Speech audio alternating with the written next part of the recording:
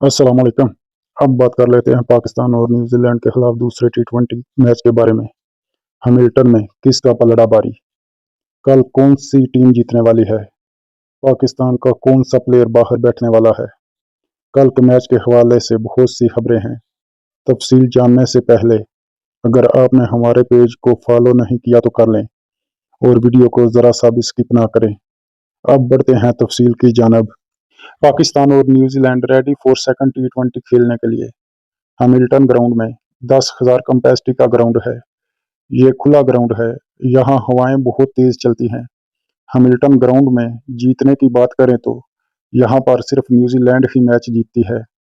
यहाँ पर देखा जाए तो न्यूजीलैंड ही सबसे ज़्यादा मैच जीत चुकी है। 12 में से न्यूजीलैंड ने यहाँ 9 मैच जीते हुए हैं और 2 मैच यहाँ न्यूजीलैंड हारा है। अभी तक पाकिस्तान ने आज से पहले यहाँ पर 3 मैच न्यूजीलैंड के खिलाफ खेले और यहाँ पर तीनों मैच पाकिस्तान हार चुका है। पहले मैच में पाकिस्तान ने टॉस जीतकर फील्डिंग का गलत फैसला किया। पाकिस्तान को बैटिंग करना चाहिए थी। देखते हैं कल जब टॉस होती है और कौन जीतता है। यहाँ पर टॉस जो भी जीते नतीजा न्यूजीलैंड के हक में ही ज़्यादातर जाता है। आज पाकिस्तान ने हैमिल्टन में ट्रेनिंग की कप्तान की इतलात के मुताबिक पाकिस्तान की वही टीम रहेगी जो पहले टी20 में थी। मोहम्मद हफीज़ बहुत मेहनत कर रहे हैं, स्पेशली आज़म खान के ऊपर। मोहम्मद हफीज़ की जानब से इशारा यही है, आज़म खान ही दूसरे मैच में बतौर विकेट कीपर पाकिस्तान के दूसरे टी20 में खेलेंगे।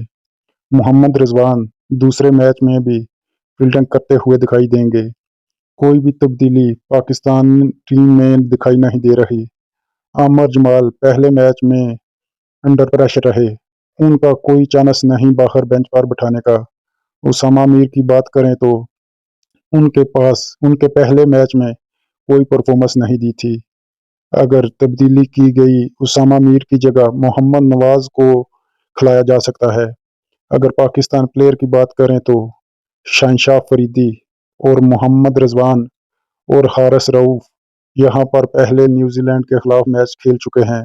बाकी सब खिलाड़ी जो हैं इस ग्राउंड में अभी तक कोई मैच नहीं खेल चुका। 3 साल पहले यहाँ मोहम्मद हफीज़ पाकिस्तान टीम के कप्तान थे और यहाँ पर न्यूजीलैंड ने पाकिस्तान को शिकस्त दे दी थी। फ़र्क पाकिस्तान और न्यूजीलैंड की टीम में सिर्फ इतना है, न्यूजीलैंड की फील्डिंग बहुत अच्छी है जो 40 से 50 रन पर मैच में रोकती है और पाकिस्तान की टीम मिस फील्डिंग कर 30 से 40 रन ज़्यादा दे देती है। पाकिस्तान की सेम वही टीम जो पहले टी20 में न्यूजीलैंड के खिलाफ खेल चुकी है। किसी किस्म की तब्दीली का चांस कोई नज़र नहीं आ रहा। शहनशाह अफरीदी से पहले मैच में यही मिस्टेक हुई जो उन्होंने उसामा मीर से अपने 4 ओवर पूरे करवाए और रन भी पड़ते रहे, जबकि इफ्तिखार अहमद टीम में मौजूद थे, वो भी ओवर करवा सकते थे। हसीबुल्लाह खान भी लाइन में खड़े हैं, मैंने उनको देखा है पीएसएल में पेशावर ज़ल्मी के साथ खेलते हुए। वो एक बहुत ही अच्छे विकेट कीपर बैट्समैन हैं, उनको भी चांस दे देना चाहिए। अब तक के लिए इतना ही, मिलते हैं जब कल मैच शुरू होगा। क्रिकेट की हर न्यूज़ देखने के लिए हमारे पेज को लाइक, फॉलो और दोस्तों तक शेयर ज़रूर करें। शुक्रिया। अगर आपका कोई भी सवाल है हमें कमेंट सेक्शन में आप कमेंट कर बता सकते हैं।